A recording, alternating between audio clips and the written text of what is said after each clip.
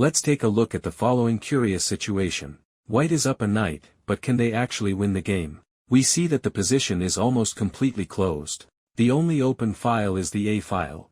Obviously, sacrificing the knight for the pawn on b4 makes no sense. Black would simply capture the knight, and the white king would have no way to break through because the pawn on b4 blocks him. Meanwhile, the black king easily stops the c-pawn. The result would be a draw.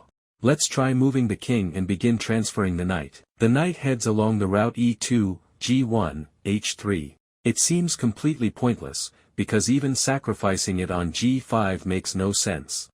The black king simply moves to f6 and controls that important square. But the white knight does not give up and continues its journey. Knight f2. Where is it going? The knight is heading directly for the square a4, where it will attack the pawn on c5. But black is ready for this and places their king on c6. What should white do next? We know that the stronger side often wins by putting the weaker side into zugzwang. And in this position, in order to maneuver the knight further, white simply has to pass with a waiting move. Black is forced to retreat their king to d6. Knight b6. Black waits. Knight d5. They do not allow the knight to jump to f6 or e7 to attack the pawn on h6. It seems white has been aimlessly moving the knight around and has achieved nothing. But in reality, white has a very cunning plan. It just isn't obvious yet. Knight c7. And knight b5. Black places their king on d7. In this position, pause the video and try to find a strong move for white. Knight a3.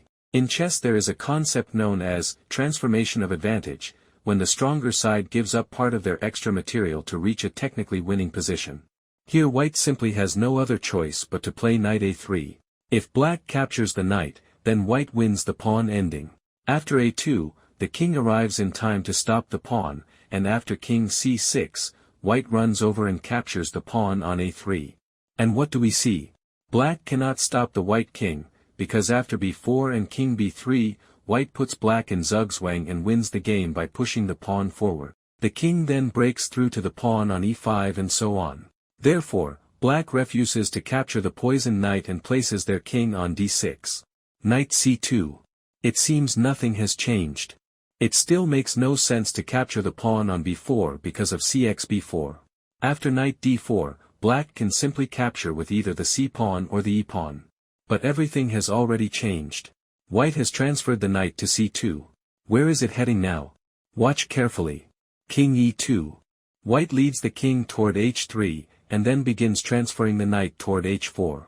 And suddenly it becomes clear that black cannot capture the knight. After gx-h4, white wins because they break through on the king side. Pawn g5, king g4. White can easily sacrifice the pawn on h5, the distant passed pawn, and head toward the pawn on e5 to win the game. And if black does not capture the knight, then after knight f5 white once again creates zugzwang and captures all the pawns. Obviously, black cannot hold this position anymore. Now let's look carefully at the path of the white knight. We see that from the square a2 it could not immediately head to h4. Therefore the knight first went to the king side and stood on h3. Then it moved to the queen side and reached the square a4, then again traveled through a3 back to the king side, arriving on h4, and that is what brought white the victory. I hope you enjoyed this deep, well-calculated plan from the white side and appreciated this study. Leave your comments, and we'll see each other in the next videos. Goodbye.